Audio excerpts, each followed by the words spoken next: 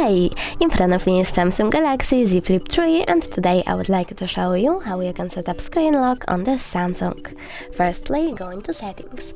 Now scroll down, select lock screen and pick screen lock type. Over here select one of the locking methods, pattern, pin or password by tapping on the chosen one. Then enter it and choose continue at the bottom right corner. Repeat it and tap on confirm.